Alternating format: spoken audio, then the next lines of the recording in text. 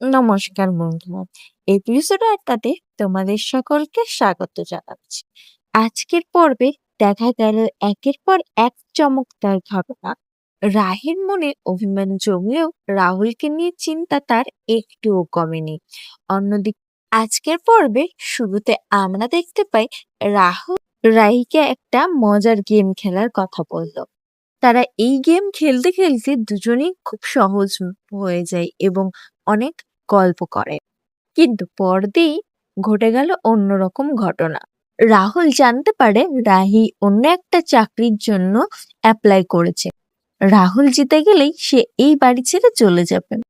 তখন রাহুল ভীষণই কষ্ট পায়, কিন্তু রাহি তাকে জানায় এটাই তাদের আগের চুক্তি ছিল।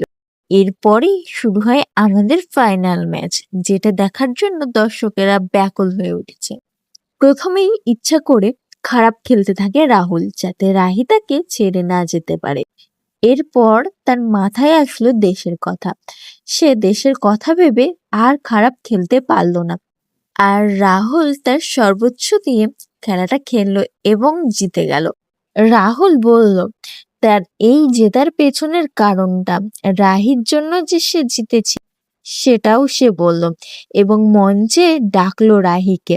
সে তার পুরস্কারটা রাহির হাতে তুলে দিত বল। এরপর রাহিকে বলল, রাহি তুমি মুক্ত। কিন্তু রাহির চোখে একই আনন্দ, কিন্তু চোখের জল। দুজনেই দুজনকে ভালোবাসে, কিন্তু কেউ কাউকে বলতে চায় না, কেউ কাউকে আটকাতে চায় না। তো বন্ধুরা, কি মনে হয় এভাবেই কি দুজন দুজনকে ছেড়ে চলে যাবে, নাকি মনের কথা জানাবে? অবশ্যই কমেন্টে তা জানিও।